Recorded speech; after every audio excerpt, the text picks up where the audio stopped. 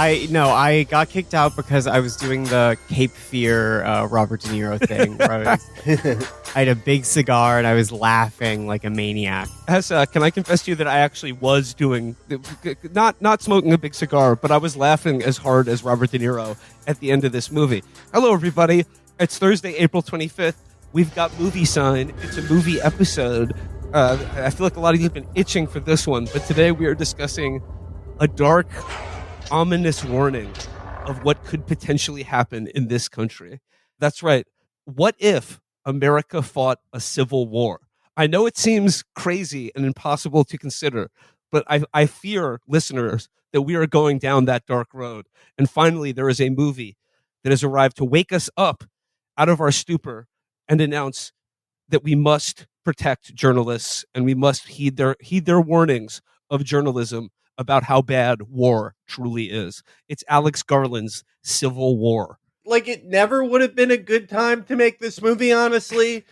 But, like, making a movie about how vital American journalists are during wartime now. It's really... What? It's crazy. And of course, we're joined by Hesse Deni, co-host of Movie Mindset. Hello. And coincidentally, Movie Mindset Season 2 launched yesterday, where we'll be talking about much better movies than Civil War. But okay, Felix, your point is exactly what I was thinking throughout this whole movie. And I would just like to say, though, like that, just to kick off our conversation, I know everyone is expecting me to come on here and slam this movie and trash it. And the thing is, I will do that, because it is about 90 minutes of the most sententious dog shit I've ever seen on screen. And I was fucking like gritting my teeth throughout it. However, to be fair and objective as a film critic, I should have to share that the 90 minutes leading up to the ending of this movie was worth the price of admission to, how shall I put this, see projected on screen in a movie, a very similar movie that's been playing in my head every time I watch a State Department press conference. I know, and the fact that how much I enjoyed the end of this movie, I know it goes against everything the filmmaker was intending to do, and that's why I enjoyed it so much. But Catherine and I left the theater last night elated and overjoyed at the vision of a better world that is possible, provided we turn the city of Washington, D.C. and the evil pigs who run it into a Call of Duty Modern Warfare level. Yeah, it was fun to watch a Joe Biden stand-in get killed like FDG Duck. What would it be like? What would it be like if King Von's ops were the president? Well, we finally answered that question. It's kind of like a utopian vision, honestly. Like, Washington gets destroyed, journalists are shot on sight, and and you can smoke inside, which was a crazy little detail at the beginning. That was the one sort of like, ooh, sci-fi dystopia. I was like, if America ever devolved into the state of another sort of fractal, violent civil conflict, Wait, what do you mean another? Smoking indoors. No, it's really incredible, and like the first thing I noticed was the soundtrack is insane. The needle drops in this movie are so offensive. And I know here's the thing. To paraphrase our Hesse and I's friend Josh Lewis from Sleazoids, to paraphrase his Letterboxd review of this movie, I thought this was dead on point. Alex Garland thought he was making The American Come and See, but what he actually turned in was J.C. Penney Has Fallen. And on top of that, I will just add my 2 cents that bro thought he was really cooking up Full Metal Jacket, but how I would describe this movie is pretty cool t-shirt. And the obnoxious needle drops are just but one example. Oh, the t-shirts are crazy. I did notice the t-shirt game in this movie. It was very egregious. And like the needle drops, it's very like I think he was trying to make Z, but he accidentally made like Crash, the 2004 one. Absolutely. The movie I was thinking of the most while watching this, or I guess it was a mini series. I was thinking of Threads, the amazing British post-apocalyptic, post-nuclear war miniseries, which is like incredible and was also obviously made by a British person. Yeah. Or a collection of British people. But this is not that. Well, the thing that shocked me the most about this movie is like you have this entire like crazy premise that everyone is talking about. Like everyone did exactly what the producers of this movie wanted them to do, which was talk about this movie nonstop. Like post the map, the political map of the universe of this movie, talk about how wrong it is. Just constant discourse about this movie. But when you get to the actual movie, the actual interesting things like that, like the universe, the way that the militaries would break down, anything like that takes a side stage, and it's just one of many movies about what good bastards journalists are. How many fucking movies like this do we need? Journalists are real sons of bitches, but they'll tell you the goddamn fucking truth when the truth is fit to print, you cocksucker. I don't care if it's a byline or a deadline or a slug line. Get me 2 shots of whiskey and I'll tell you what the fuck's up, bucko. That's this entire movie. It's like we have so many movies like that. Why did we need another? Like, it took me so long into the movie to be like, wait, what is everyone talking about? I was like, the journalists in this are like, they suck. They're insane. They don't do any journalism. Like, okay, like just taking photos of dead bodies. Like, and here's what I'm wondering: the young girl in this movie, the younger woman who's like in her 20s, who's just Priscilla, like Kirsten Dunst, Priscilla Presley. Who is she sending this film to? They show her developing film in a war zone, but like, where is this being published? Her fucking scrapbook? My theory is that because at one point they say, and this was one of the things that made me think like, oh, he's doing like a criticism of journalism, because there's a point where they're talking, Kirsten Dunst and Priscilla Presley, and they basically are like, oh, what are your parents like? Oh, they're both still alive. They live in a farm in the middle of nowhere, and they pretty much ignore all this stuff. So I think like the subtext is like, they just want their parents to believe them or something. So I think that Priscilla is sending the pictures to her parents being like, see, look how fucking bad. I bet if I died, you wouldn't even care. Like, in a letter to your parents. But Felix, to your point about how this movie is just an appalling dick suck to not just journalists, but war correspondents. After seeing this movie, I don't think I could have any less respect for the role of a Western war photojournalist. Your role, like, this is the stupidest job imaginable. The role is best summed up in a scene in this movie in which Kirsten Dunst is having like flashbacks to the other conflicts, the other violent conflicts that she's stuck a camera in front of. And there's a scene where a guy is getting a tire put around him and doused in gasoline before being set on fire. And she just gets up nice and close to him and just snaps a photo as his face catches fire. And I'm like, yeah, that pretty much sums up what your job is. You'd be like, could you just hold that for a pose real quick? Perfect. And that's like a Pulitzer right there. It's paralleled later when like Priscilla is taking a photo of this like combatant during like the Battle of J.C. Penney. She like takes a picture of this like dying combatant and his friend, and it's like, that's how you earn your wings in the photojournalism game. You take a picture of a dying black person in pain with your camera. It's like, there's so much like I really do think he did this on purpose, but like every single person who gets killed and like photojournalized is not a white person, except for like Kirsten Dunst at the very end. Spoilers. And I do think he was trying to make a point of like, these are the people who really suffer when we fight like this. It's like, what the fuck are you talking about? It's so incoherent. It is one of the most baffling movies ever made that has a real budget. Like, I guess if you put a gun to my head, what is the point of this movie? You have to tell me or I'm going to pull the trigger. I would guess primarily journalists are good bastards, obviously. Secondarily, our divisions divide us. I think that's the subtext of this movie. But Felix, to your earlier point, like in a lot of the discourse surrounding this movie in its release, and certainly due to the comments of its director, Alex Garland, people have, I think, seized on like the wrong aspects. Because like, to me, This movie was barely ambiguous about its politics.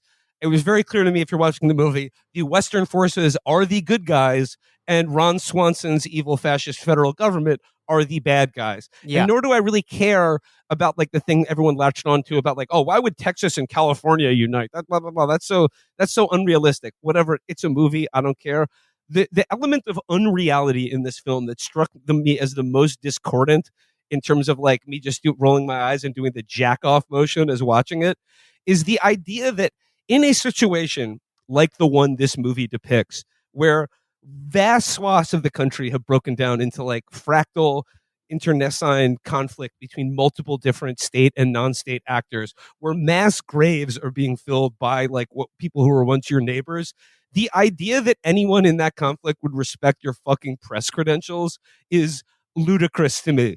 There are so many moments in this movie they just flash a press badge and they're like, oh, we were going to execute you a second ago, but obviously we all still believe in the freedom of the press. No, like when she gives Priscilla Presley, Kaylee Spaney, I'll stop doing this bit, but like when Kirsten Dunst gives her like fluorescent vest, the first thought that popped into my mind was like a hitman mission taking place there, and it's like, welcome to New York 47, and that's like one of the outfits you can do is like a press outfit. You can just like go anywhere. It's like an invincibility, it's like a cheat code. But like, yeah, like there are multiple scenes in this movie where they're like taking part in ops and they're like right behind the guy's shoulder as they're like, we're throwing flares, we're suppressing fire. And like, then they just like pop out to take a picture. And then the guys doing the shooting are like, yeah, that's cool with us. Yeah. Just like, try not to get in the way or anything. But yeah, of course we want you taking our photos doing this. It's just like it's this movie's outsized and obnoxious and offensive reverence for Western journalists that Felix, you touched on. And here's the thing: this movie was obviously written, produced, and made before October 7th. And what they thought the import of this movie was going to be that depicts airstriking civilians and intentionally killing journalists is just about the most evil thing imaginable really lands like a dud, especially when you consider that the Nick Offerman character was, I thought, a fairly obvious Trump stand-in. But no, like they're just like it lands like a dud for the liberal sensibilities of the people who made it, because like the world that this movie depicts is happening right now, but it's being done by the current U.S. government. Yeah, and the journalists there, like that these characters are portraying, are basically like, oh, we can just like wait over here, like in Tel Aviv, and like we'll just have some coffee at this cafe if you guys don't want us taking pictures of this stuff. Like, don't worry. Yeah. I mean, like, more journalists have been killed in Gaza than in all of World War II in the past 6 months. Yeah, to nary a peep from their colleagues like Kirsten Dunst or Wagner Moura. Well, let's just dive into the movie itself and just sort of describe what happens, because honestly, most of this movie is like a road trip movie with like stops in come and see, but like it really lands like a dud. It is really boring until the last 20 or 30 minutes, which we will get to, which I simply must state for the record, I probably had more fun watching than any recent experience in a movie theater. But like, it begins and we see President Ron Swanson sort of like addressing the nation about the great and historic victory over the secessionist forces that the soldiers of the United States of America are, soon to have. And then it cuts to New York City, Brooklyn, New York, baby. And it's like Kirsten Dunst is covering people like trying to get water from some sort of like government police supply truck. And then she meets Kaylee Spaney, that's the actress's name, the one who played Priscilla Presley. She gets brained by a police baton, and then she's like, you really need to wear your journalist credentials, or otherwise, people just might kill you. And then there's a bombing, and like, bodies are strewn everywhere. But then we cut to like the beating heart of this movie, the hotel bar, where these good sons of bitches just mix it up. Yeah. And whiskey they reveal flows like truth in this son of a bitch's hangout. Bring your cocksucking motherfucking log line. If you ain't a journalist, you can get the fuck out. It's so like, could you imagine the conversations going on there? I think we hear like a snippet of one conversation. It's like, yeah, I was in Des Moines and I ran into her and she was wearing my wife's wedding ring or something. And I'm like, bro, all I could think covering is like, a war is crazy. All I could think was like, oh, that's the journalist that wrote the hit piece on Ben. And he's like, That's what he's describing. So there's Kirsten Dunst is the main character, and she's sort of a, hard-bitten and somewhat jaded war correspondent, or as I would describe her, a war tourist who goes to the worst places on earth and just sort of captures people's souls for her career. See, it's almost a good movie in the other direction. Like, it's almost so like, which is why I truly cannot understand the way Alex Garland like talks about this movie and pretty much everything, because it's like really the main question I was asking at this point was like, who are they doing this for? Like, who's looking at these pictures? And where's there's not a single editor in this movie. They don't interview a single person until the like last 10 seconds of the movie. But like, they're not really doing journalism. They're like, and also it's just like, if war was happening in this country, would it really be like necessary that we get a shot of it on the cover of Time magazine? I think people would pretty much understand what was going on. Yeah. Wouldn't there be like a billion people recording all of this shit all the time? Yes.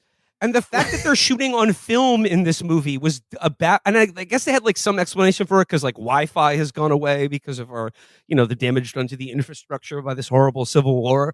But I just like, they show them developing film like in the car. And I was just, I was just wondering, like, who are they sending all of these images of war to? Where are they being published? And it's like not until like 2/3 of the way through the movie, they say they're with Reuters or something. Yeah. And that's like, that's where the message of the movie really comes out. It's like, oh, we need to listen to Reuters at all times. And we need to listen to them. Look at Reuters. Look at the photos and feel it's like, something. What do we do about it? Like, anything but a civil war. Do not have the Civil War. That's exactly. That really that sums is it up. Really, I guess that's the message of the movie. Like, look, no matter how tough times are, do not divide the country into thirds and kill each other.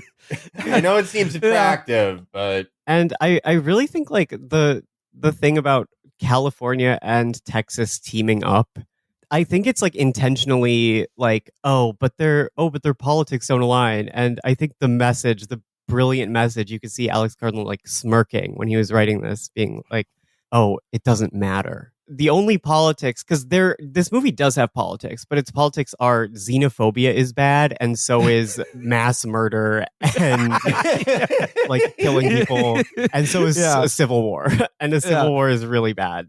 No, yeah, and so basically, like I said, it's a road trip from New York City to Washington D.C. through the war-torn countryside of central and western Pennsylvania, and then on down to Virginia, and so joining Kirsten Dunst and Kaylee Spaney, who was like Kirsten Dunst, like I said, she's this cynical, hard-bitten veteran war correspondent, and Kaylee Spaney is like the young Jimmy Olsen character who's like, you're my idol. You're my idol, Lee Smith. My other idol was the first woman to photograph Dachau. And that's just what I've always wanted to do with my life, is to experience atrocities and record them with my Leica. And her name is also Lee Smith, the first woman to photograph Dachau. And she really makes a very ham-fisted point of saying that to Kirsten Dunst. That part really pissed me off because it's like, okay, like Alex Garland, you're aware that I pirated this movie and that I'm playing a game on the other screen. You're like trying to confuse me because you know that I don't want to pay attention to this movie. You're deliberately saying things that will baffle me. Well, I mean, like, it's hard to ignore, like, the director's obnoxious comments in, like, his interviews with Pod Save America in the lead up to this movie. Wants to combat right-wing extremism, it needs to be in the business of winning elections. And you do not win an election without usually persuading people of the other side to come and join you. And you don't do that by screaming at them and telling them they're unethical. And what I really want to do is remove what I see as dangerous extremists from occupying mainstream political parties. The main one of which that was stuck in my head throughout watching this entire movie was, he said, I think to the Pod Johns, his comment was something along the lines of like, left and right are just arguments over the like political and social and economic system that rules a country. This is not something to kill people over. And I'm like, Well, that basically describes like every war that's ever been fought. Like, Yeah. It's just the an economic argument. and political system that governs your life. This is not something to fight a war over. Yeah. If you're not supposed to fight a war over that, then like, what are you supposed to fight a war over? Your wife cheating on you isn't it's just creates a chemical imbalance in your brain. It's not something to like, well, I guess that's a bad example because it is bad to kill your wife. But it's like the main thing people fight over and kill each other over. It's crazy. It's But like no, we that's don't just need to be ideology. told this. That's just Yeah. ideology. It's not ideology. Isn't real life. War is real life, and you would know that if you looked at the work of the many correspondents who cover war. Okay, joining them on this odyssey to Washington, D.C., which is hilariously their reason for going to Washington, D.C., which is like the epicenter of like the most intense fighting in this Civil War scenario, is to interview the fascist leader of the United States, is to interview Ron Swanson. Yeah. And they just want to get him on camera and ask, like, hey, how do you feel about this whole Civil War thing? Got anything to say to the millions who have been killed so far? Which is like dumb enough. And like the journalist, not the photojournalist, the interviewer in this movie is played by the Brazilian actor Wagner Moura, an actor I really like from the Elite Squad movies, and of course, for playing Pablo Escobar in Narcos. But he does the least journalism out of anyone, and he's just there to be like, I love war. It gets my dick hard, bro. All right. Yeah. He's drunk all the time, and it's like, oh, like they don't really make a statement about it, or like it's like, oh, is this some like, is he gonna get like drunk and like fuck up at some point, or like is there gonna be a payoff to this like character detail? But it's like, no, he just loves to party. Like it's truly that he just loves drinking and like hanging out with the bros and photographing some cool combat footage. And then finally rounding out this, the built Ford Tough excursion to Washington, D.C. is, and, like Stephen McKinley is an actor I also quite like. You might remember him from Lady Bird and Dune, where he played Thufir Hawat. But joining them on this excursion through war-torn America is, I'm sorry to Stephen McKinley, one of the fattest and oldest men that they could possibly find in their war journalism party. This was like anti-suspense. Like the moment I saw this character, I was like, let me guess, he's gonna get shot while they try to get away from some bad guy. Yeah. He's gonna Bingo. one bullet wound is going to incapacitate him because he's so fat and old. And you know what? No way that happened. And you know what, Felix? It was also anti-suspense because had the bullet not got him, probably diabetes would a couple weeks later. He was like on his deathbed. He was one of the least alive characters I've ever seen in a movie. No, he might as well have been like 98 years old. He's 4'2", 700 pounds. He has a cane. He has a cane. His skin is the texture of a Lay's chip from the bottom of a bag. I'm sorry, he's a great actor, but he's like, hey, would you mind if I tagged along? And could we get a separate car to carry all my catheters at once? It's like, yeah, this guy's living through the fucking movie. Yeah, so they set off on their journey, and basically, like I said, the first 90 minutes of this movie is just them encountering things on the road that are like disturbing, and they're like, "Ooh, God, imagine if America was scary." Well, imagine if bad things happened in this country.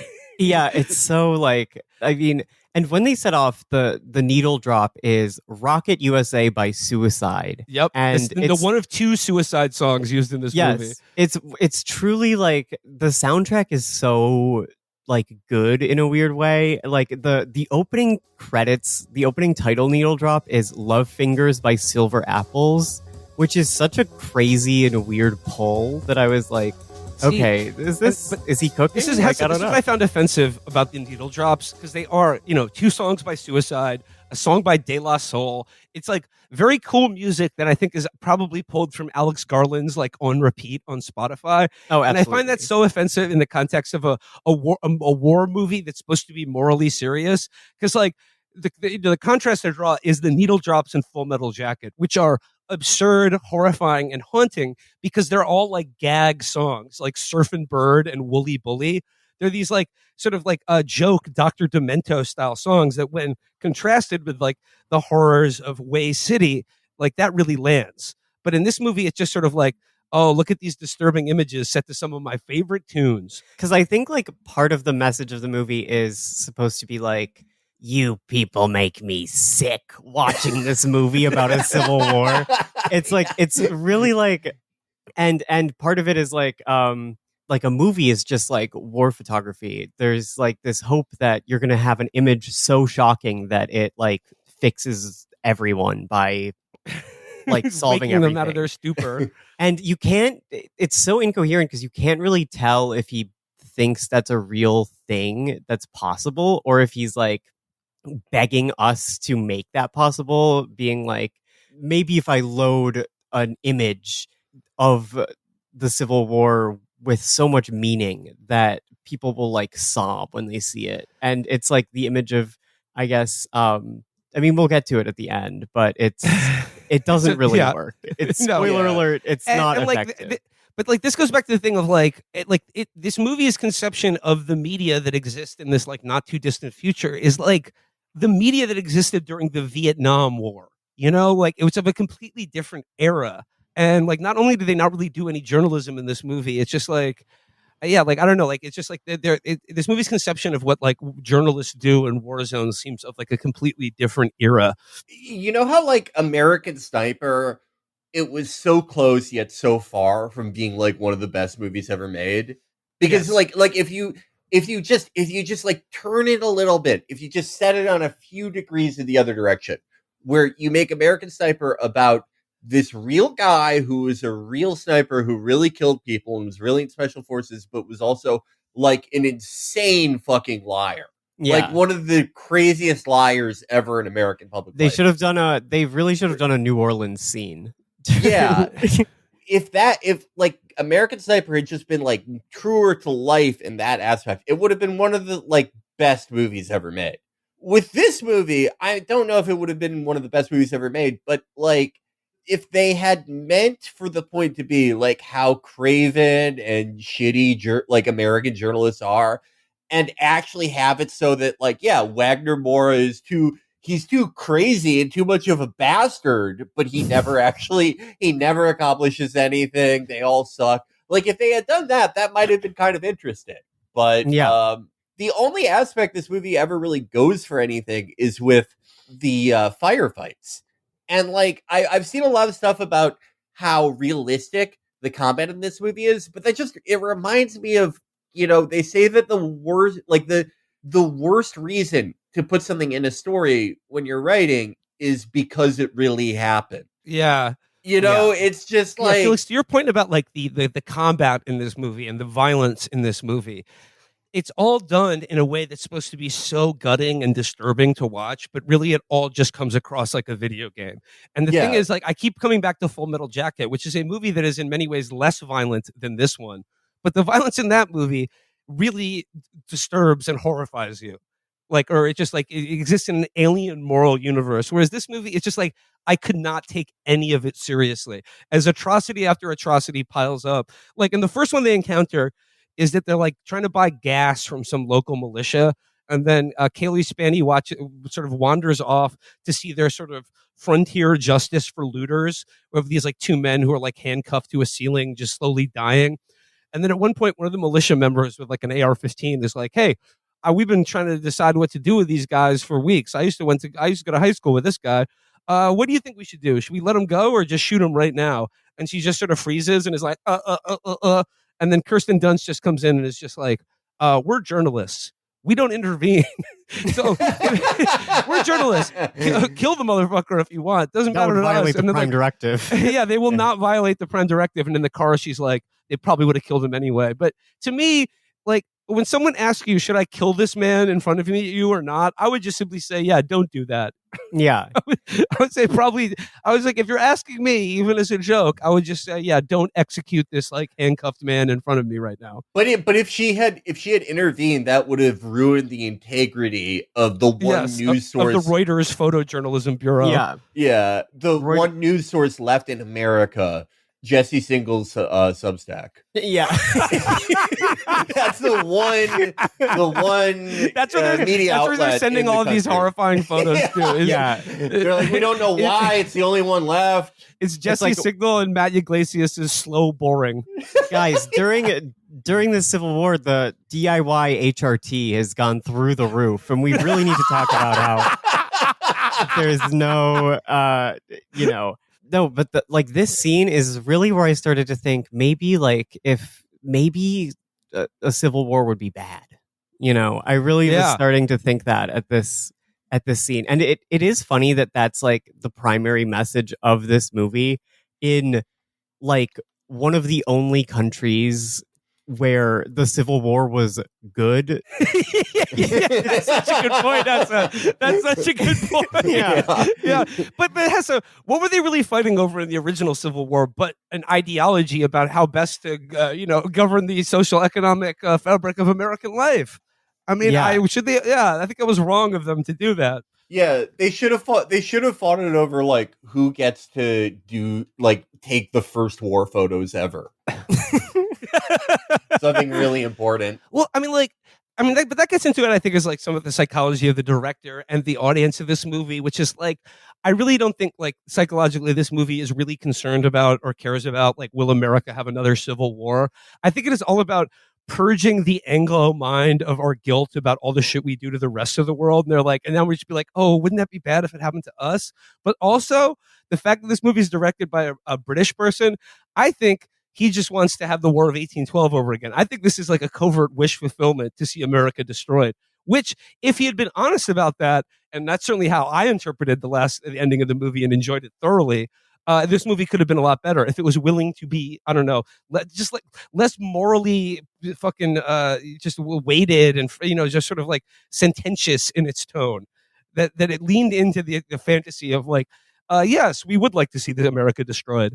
Yeah, it's not to jump ahead, but like I think the politics really get revealed at the Jesse Plemens scene. Yeah, which let's talk, because that's the scene that got a lot. I mean, like, because like, look, they travel across America, they come across a bunch of other atrocities, they play some fun car pranks on each other, but like the Jesse Plemens scene is like, they got a little juice out of that. Jesse Plemens is still pretty scary when he wants to be. Yeah, and it's the scene everyone talked about from the trailer. So go ahead. Well, actually, before we get to that, I just remembered the scene where they go to the town where everything's fine. And that's like another one of the reasons that I thought like, oh, this is like a scathing critique of journalism. Like, because it's like, oh, these are the people they're taking the pictures for, and they just don't give a fuck. Like, they don't care at all. And I was like, oh, this is like kind of interesting, like Felix said about how it just turning it a couple degrees would make it like a coherent movie almost. But like it really is like that they're criticizing the people in the town for being like fine for not wanting to die. That was so weird to me, because it's like, okay, number one, bad thing you can do is fight a civil war. Number two, bad thing you can do, not care about the Civil War. Like, what the fuck are you talking about? Okay, before we get to the Jesse Plemens mass grave sequence, the scene with the sniper was really dumb too. Like they get involved with the sniper, and then there's like to the Jesse Signal blog. The sniper that kills the other sniper had painted nails. I don't know if you guys noted that. Oh yeah. Of course. That was they them sniper. The sniper scene was so fucking stupid, because it's like, okay, I guess that one of the points of this movie is like, our divisions divide us. Division is divisive. Our polarization is polarizing and bad. But the point of the sniper scene is like, ideology or any of that doesn't matter right now. We're just two fucking apes on a spinning rock trying to kill each other. Yeah. Metal coming through a tube. And it's like, okay, does ideology matter or not? Like, what the fuck is your point? I've never seen a movie that like undermines itself and then re-undermines itself every 30 seconds, quite like this one.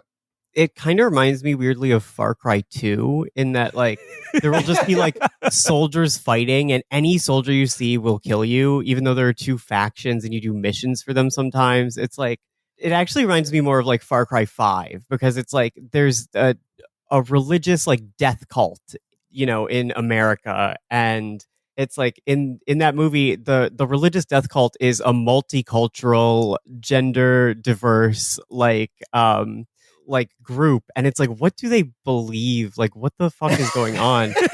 Yeah.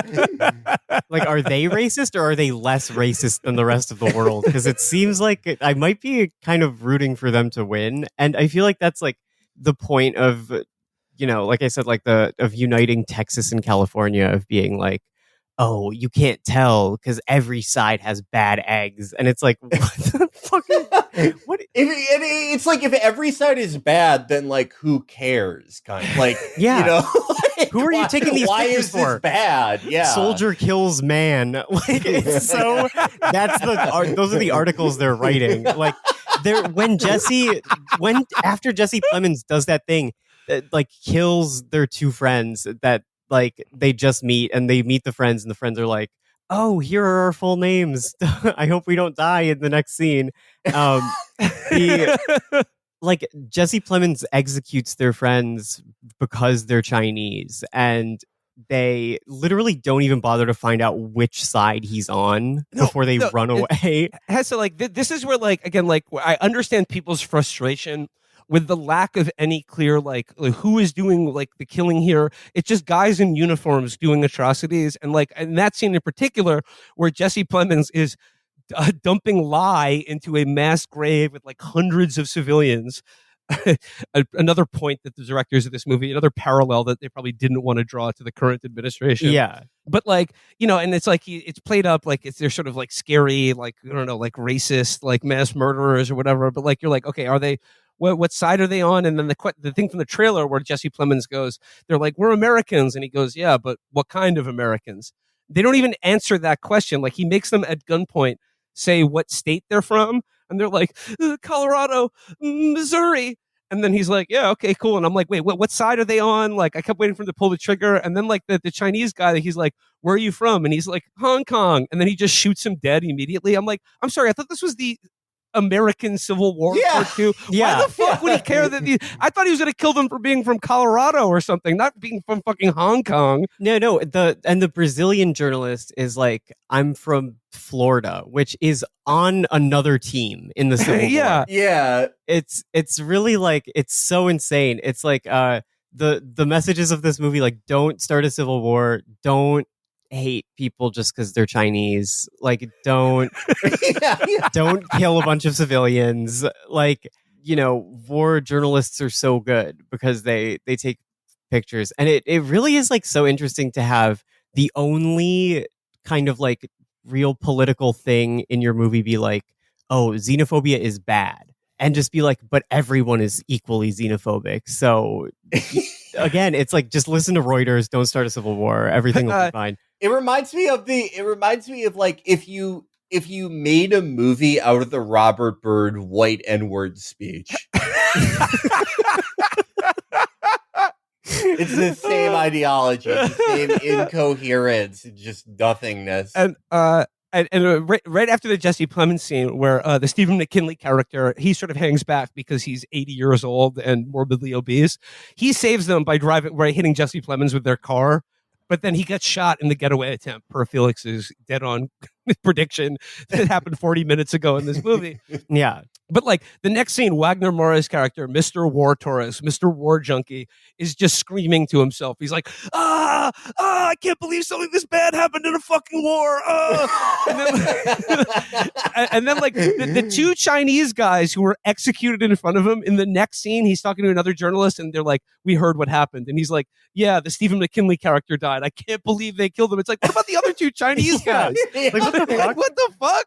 Yeah, and he says specifically, but Stephen McKinley, they're like, oh, the White House is going to fall tonight, so we won't even get to interview the president. So Stephen McKinley died for nothing. And then it's okay, what about your friend? What did he die for?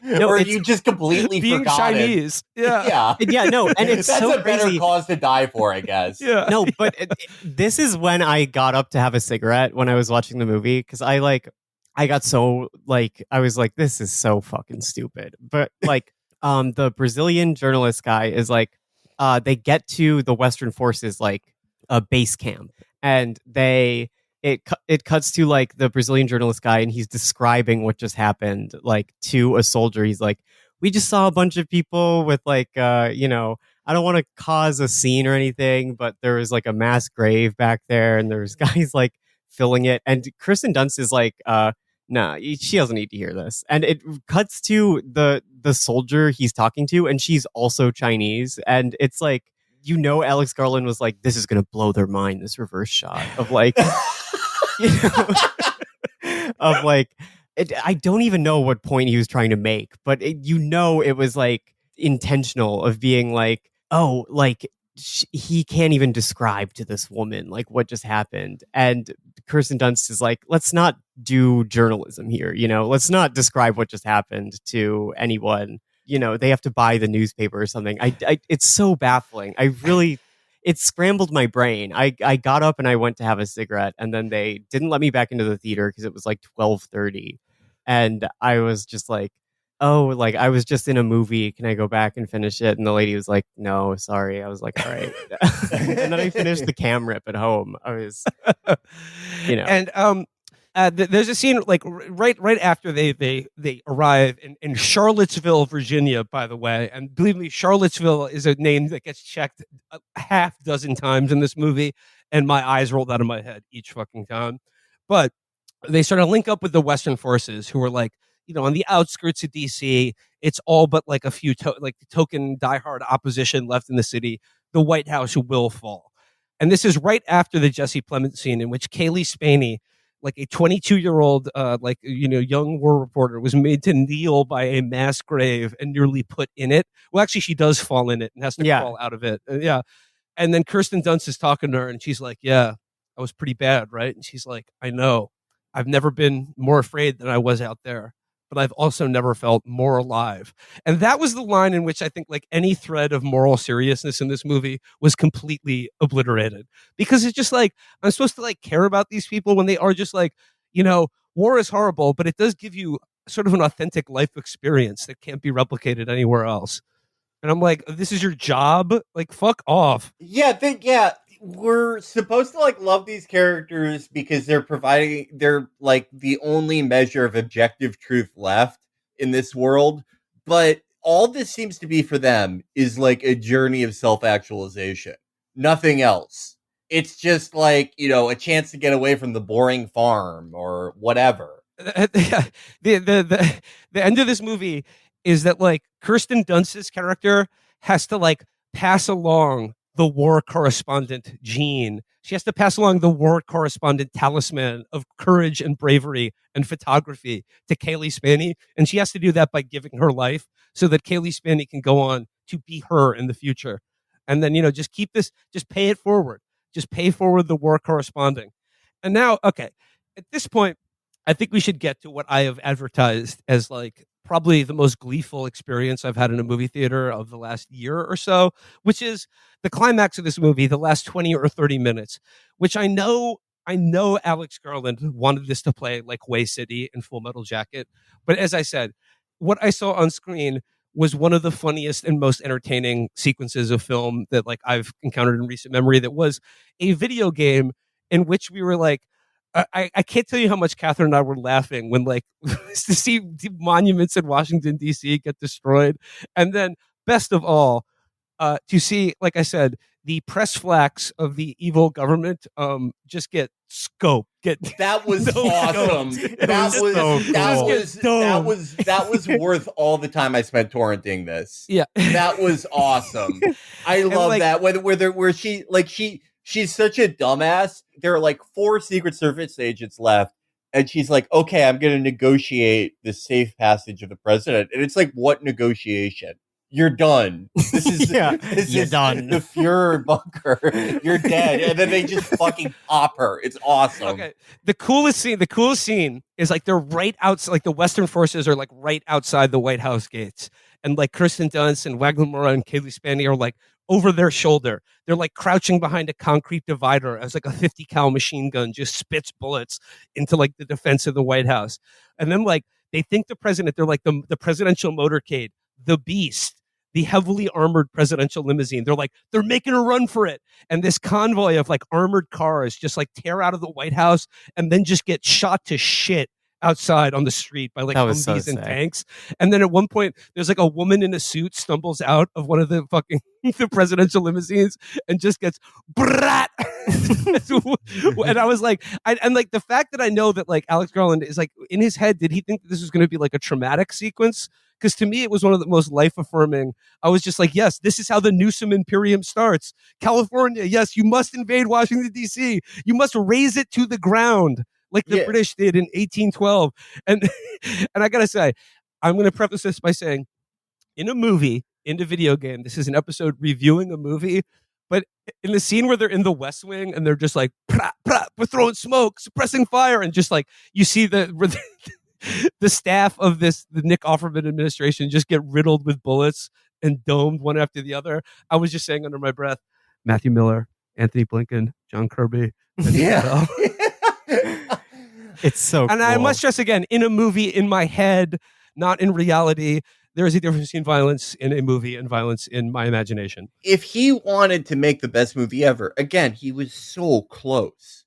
If it was just like a Matthew Lesko stand-in leading the Western forces to kill every press plaque, it's like you had all the pieces, you just couldn't put it together. Like the tanks rolling into DC all have flags with question marks on them. That is one of my biggest problems with the movie. There was no fighter jets. There was fighter jets in one scene. There's one scene. There's a flyover. They don't do anything. So there's an entire civil war. Every state has an Air National Guard. Most of the bigger ones have like advanced F-15EXs, and they just never use them. What the fuck? Just imagine, like, once again, this could have been like they could have cranked it into overdrive, because I think we see the the Jefferson Memorial, or one of those big, ionic column buildings in DC get blown up with like a shoulder fired missile. But like there should have been. I wanted to see the Washington Monument fall. I wanted to see, like you said, an F-15 dropping white phosphorus on the Supreme Court as the judges run out. And they're like, no, please, we're only judges. Blah, blah, blah, blah, blah. Oh, my God. They just die like dogs. A dog fight between Mark Kelly and a Groyper. That would have been awesome. But no, he just doesn't have the vision. It's funny to imagine that the guy launching the shoulder-mounted missile at the Lincoln Memorial was just like, we got to take out Lincoln. We got to take out the statue of Lincoln. He hated civil wars, and we love him.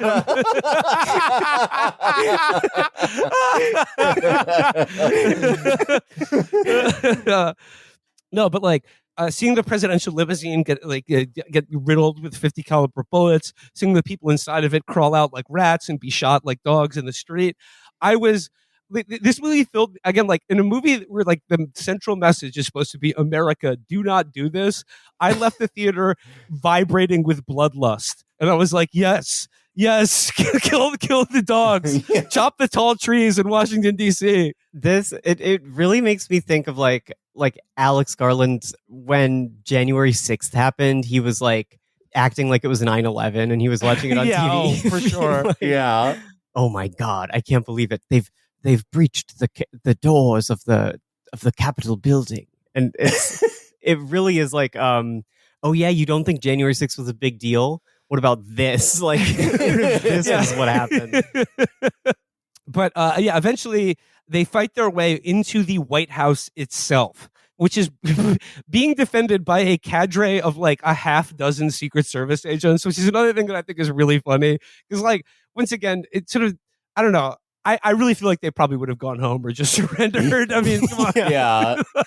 They're the Secret Service. They're not, come on. I know they're supposed to take a bullet for the president, but they cannot exactly fend off a full military assault on the White House, even with the small caliber submachine guns that they're armed with. But yeah, the scene with the White House press secretary is just like, we'd like to negotiate terms of our surrender. Will you guarantee the president safe passage? And then they're like, nope, bye-bye. That was so funny to me because it's like, what do you think this is? Like, what leg do you have to stand on in negotiations here? The norms of the United States of America. Peaceful transfer of power. Yeah, let's be civil here. But before President Ron Swanson surrenders, we are willing to appear at the inauguration of the President Gavin Newsom of the Western Forces. Yeah, we want a good seat. Yeah. So, and like, it's basically just like, it's like similar to the Bin Laden raid. It's like a mad dash of guys, like 3 at a time, trying to get through a door to canoe the president. But crucially, the journalists just want to take a picture of the president right before they put a bullet in his head. And my sadistic glee in watching this sequence of the White House be riddled with bullets, it was burst, and it took me out of it in the scene where Kirsten Dunst sacrifices her life to save Kaylee Spaney and allow her to get the best war photo of all time, which is a sequence of 3 shots in a row of Kirsten Dunst dying. Yeah, and I was just like, oh wait, I don't care about these people anymore. Why would that be like the most important thing? Like, oh my god, the story behind it. Oh my god, the photo lady died. Presumably, like 100 million people have died, but you killed the photo lady. Yeah. Oh, this war was really bad. It's like the ending of Soy Cuba happens, where they're like moving the coffin through the streets and everyone stops. But like at this point, I was like, oh, this movie is just the opposite of the zone of interest. It's like the people in the house are like us watching the movie, and it's being like, if you can just get like a sick enough picture of like an atrocity, it'll fix everything. And like, that's like, I feel like that was part of the message of this movie, is like, a camera can be more powerful than a gun. I took the opposite message from this movie. Yeah, and isn't it interesting that we call it shooting even with both things? And it's so like, it's so stupid. Yeah, they do that with like, especially with the final scene of the scene right before Kirsten Dunst dies. They really try to draw a parallel between shooting a gun and shooting a camera by like, look, she's part of the fire team. And these pictures are stronger than any bullet. Yeah, picking support in like a team shooter. It's like when you take pictures, it heals your teammates.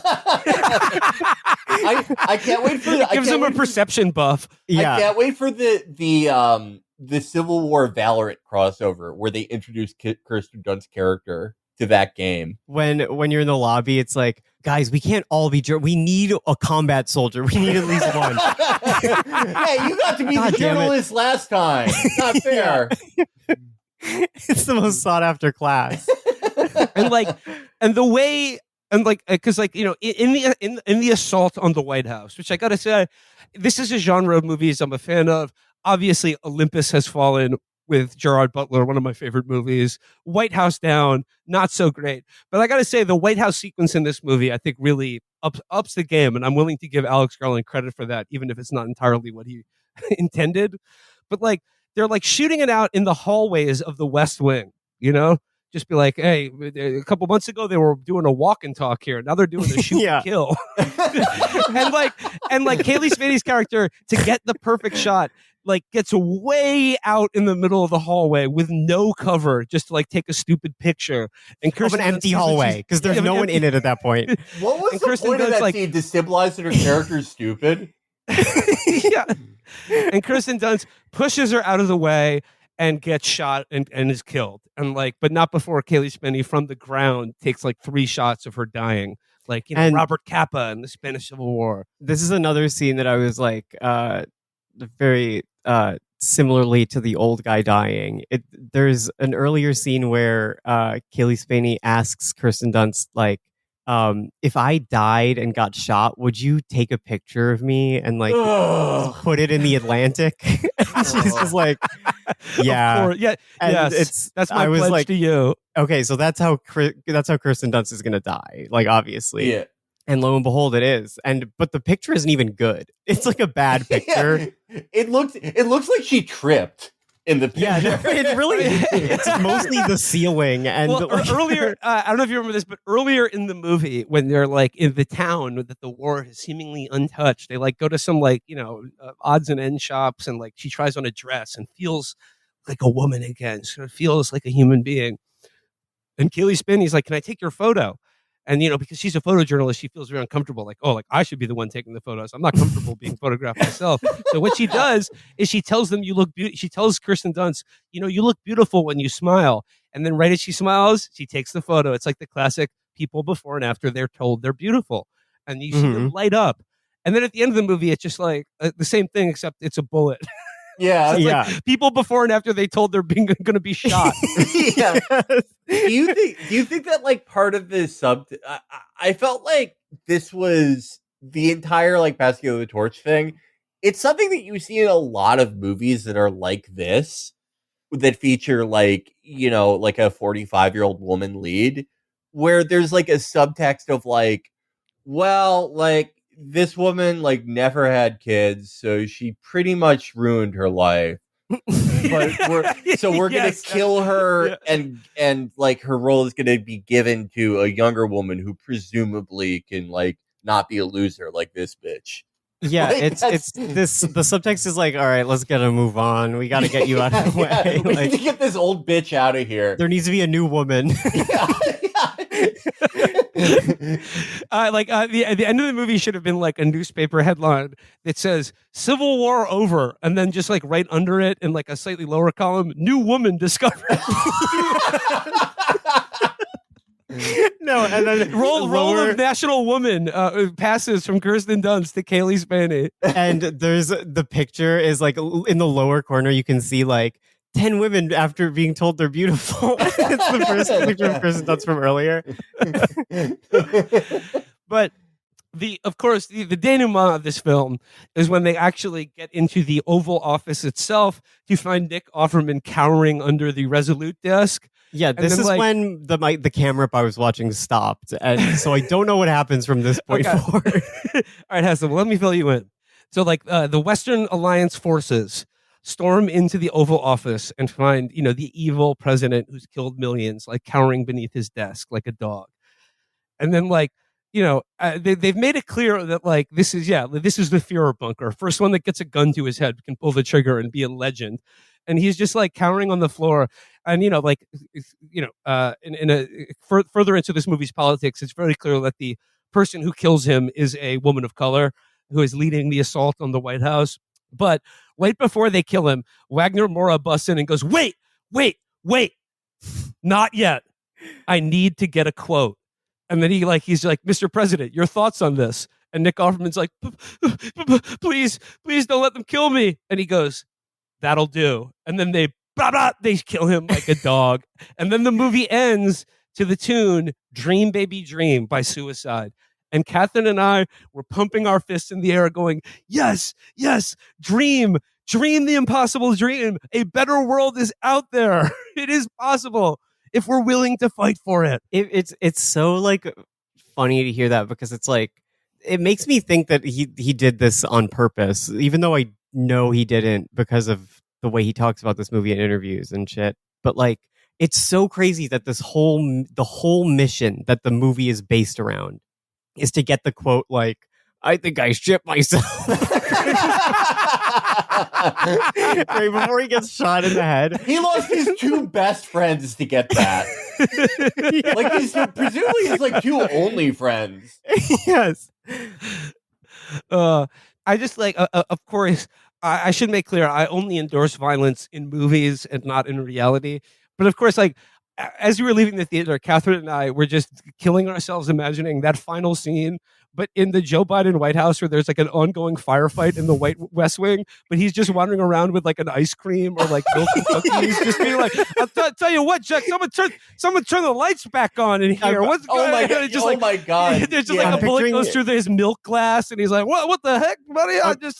I'm picturing him in like a night before Christmas, like pajamas with a nightcap and a candle in a dish. He's just dunking a cookie as his staff are slaughtered around him. Every time he hears a gunshot, he thinks he's farting. Whoa, sorry about that one.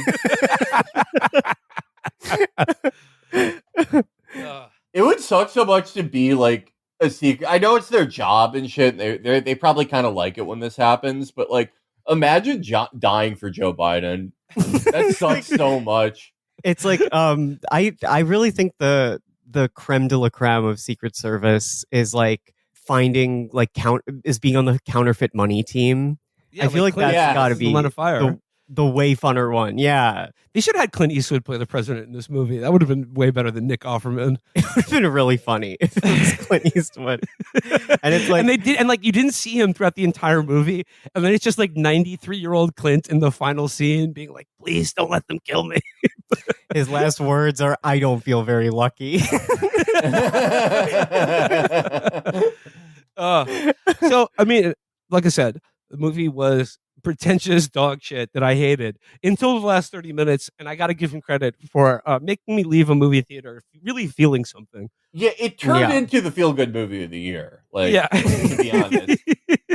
I can't believe that's how it ended. Like, I thought my camera was missing like 10 minutes, but apparently it was missing you missed maybe 30 seconds. Yeah. The usher came in, he had to close his cell phone. Yeah. But thank you to Alex Garland for your Civil War. But outside of that, go back to England, bitch. Yeah. Yeah. Make a movie about Keir Starmer's cousin. Yeah. Shout out to women for West reading on Twitter who found Keir Starmer's cousin. This guy's awesome. We love Women for West. I to correct the record, I got to say, Women for West did get me with their fake iced tea post about Keir Starmer. So I apologize. Oh, I knew that was fake. I reposted it. But doff my cap to Women for West for their very funny post that did indeed fool me. I think something that jumped out at me about this movie also is that it's funny that in an interview, Alex Garland was like, I'm done directing. That's my least favorite part. I just like writing movies and stuff. Fuck off. You're not Quentin Tarantino. No one cares if you retire from making movies. Yeah, but I was like, the directing is kind of the part that he's good at. Like, there are some like fun, like some cool shots in this. And I'm like, I don't know, like, you like doing the wrong thing. This is kind of annoying. Yeah, I don't know how you could watch this movie and be like, oh, writing is a strong suit. Yeah. Yeah. And one element about the writing in this movie, a lot of people have pointed this out about the movie, but there's a hilarious scene where Kaylee Spaney is asking Kristen Stewart, like, how'd you become a war correspondent? And she's like, I'm your idol. You should know this. And she's like, I do, but what's the story? She's like, I know the story about how you got the most badass photo ever of the Antifa massacre. And I was like, yes. And by the way, in the opening credit sequence of this movie, where they show like real footages of sort of civil social unrest in America, several of the video clips from that opening montage were culled from the archives of one Andy No-Go Zone. So, I mean, like, I don't think Alex Garland is a right winger by any stretch of the imagination. I just think he's a dum-dum that like doesn't know what he thinks or believes, and it's like just essentially too gullible to like include. Look, the footage is the footage. I don't think there's like an ideological valence to it, but Andy No-Go Zone is thanked in the credits of this movie. Yeah, and a funny thing about that scene where Kaylee Spaney is asking Kirsten Dunst, like, tell me the full story. I know you got the cool picture of the Antifa massacre, but what's missing from the full story, from the Wikipedia page? And Kirsten Dunst is just like, I don't know, like not a lot. It pretty much covered most of it. Like, I can't even remember what she says, but it's something that's like, I was like, that's it. Like, it's not even interesting. Like, I think she's just like, yeah, my parents live in Colorado or something. It's so stupid. I will just say that to add to what real war correspondents are like, one of my various jobs in a previous media career was videoing a series of interviews between the guy who owns Brooklyn Brewery and War Correspondents, because that guy apparently was... What the fuck? Well, that guy in a previous life was a war correspondent. How did you not bring a suicide vest to that? Well, this is the thing that I wanted to say, is that after just doing like a half dozen of these, my main takeaway from all these war correspondents who did work documenting atrocities and stuff is is that all these people just basically just want to die in a way that makes them feel cool and morally good. Like, that's the profile of a war correspondent. Suicide, but I don't have to do it. They all get their every correspondent who dies in this kind of gets their wish, if that's the end goal. They get to go to journalist Valhalla, where the dark room is always open, and like I don't know what else. The film whiskey is free. always flows. Dark room is always open, and there's always a damn good story and a deadline to be met. Yeah. It's like Truman Capote and chopping it up with Katie Herzog. oh my God. Could you imagine the witty banter between the two of them?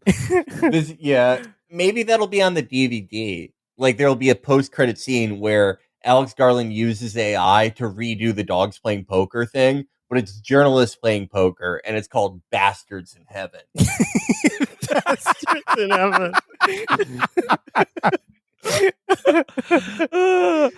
All right. Well, that was Civil War, but I do not want to end this episode without first plugging again season 2 of Movie Mindset featuring myself and Hesse. We'll be talking about movies we actually like, but season 1 kicked off this week with our James Cagney episode. But also, I would like to reiterate my offer to please come watch Death Wish 3 with Hesse and I at May 4th on Littlefield. Tickets will be available in the show description. Follow that link, get a ticket. And let me just give you a preview of Death Wish 3, because I think it pairs very well with Civil War, in that I will just share with you that the last 20 to 30 minutes of Death Wish 3 are probably the most narcotically enjoyable 20 to 30 minutes of film ever captured. But it has none of the sententious morality of Civil War. It is just a pure turkey shoot and madhouse of just the absolutely nihilistic slaughter of human life, directed by a genuinely evil man who has no pretensions of, caring about human life. So please come out and watch Death Wish 3. You will not be disappointed. It will be one of the funner sort of shared movie theater experiences you can have. Yes.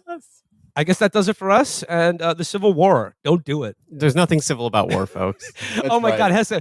If he had dropped at the end of the movie, instead of Suicide's Dream Baby Dream, Guns N' Roses Civil War, that he would have been a god. He would have been. I would have no complaints about this movie, because it would be the perfect ending to this movie. Because Guns N' Roses Civil